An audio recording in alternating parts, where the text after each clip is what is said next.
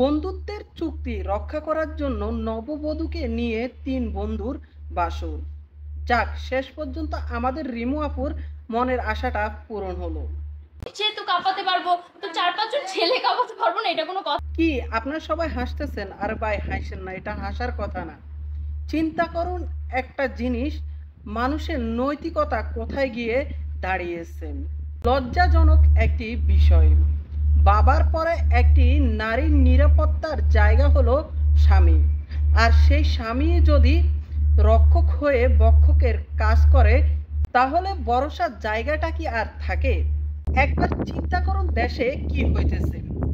কেউ পরকীয়া প্রেম করে বিয়ের দাবিতে অনশনে পড়ছে, আবার কেউ প্রেমে ব্যর্থ হয়ে দুধ দিয়ে গোসল করে নিজেকে পবিত্র করছে, আবার কেউ কেউ তো প্রতিশোধ নেওয়ার জন্য নিজের জীবনসঙ্গীর টুনটুনি কেটে দিচ্ছে। আবার অনেকে একাধিক বিয়ে করে সংসারও করছে, আবার অনেকে বিয়ে করে মাইনকা সিপাত ফেঁসে গেছে।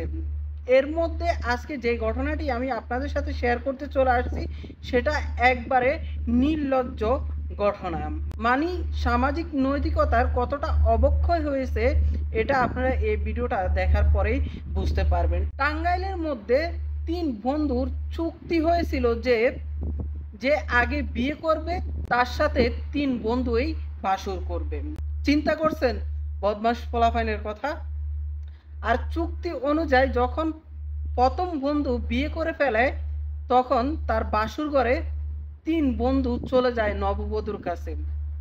কতটা নরপিশাচের মতো একটা কাজ করে বসেছে এরা, ভাবা যায়?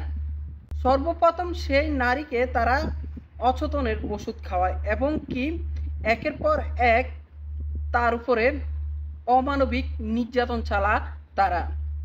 যখন তাদের নির্যাতন শেষ হয়ে গেছে, শেষ পর্যায়ে তারা মেয়েটির চুলগুলোও কেটে দেয়। তার মূল কারণ হচ্ছে যে পরবর্তীতে যেন তাদের এই তিন বন্ধুকে স্বামী হিসাবে মেনে নেয় এই নারী এবং তাদেরকে কখনো আর বাধা না দেয়। মানে এদের মধ্যে কোনো মনুষ্যত্ব বলে কিছু আছে কিনা আপনারা একবার চিন্তা করুন। হ্যাঁ, মানছি বন্ধুদের জন্য মনের সফট কর্নারে একটি জায়গা থাকে, আর সেখান থেকে আমরা খাবার হতে জামা কাপড় সব কিছুই বন্ধুদের সাথে ভাগাভাগি করে নিই।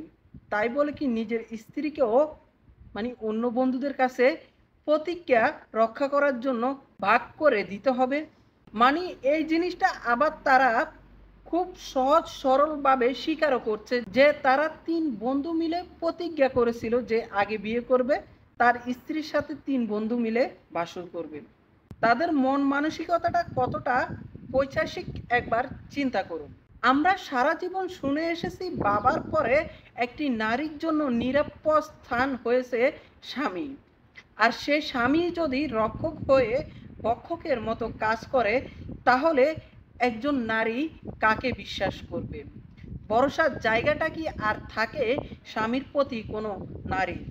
প্রশ্নটা আপনাদের কাছেই রয়ে গেল। এবং কি এদের কি শাস্তি হওয়া দরকার, সেটা আপনারা কমেন্ট বক্সে কমেন্ট করে জানিয়ে দিবেন।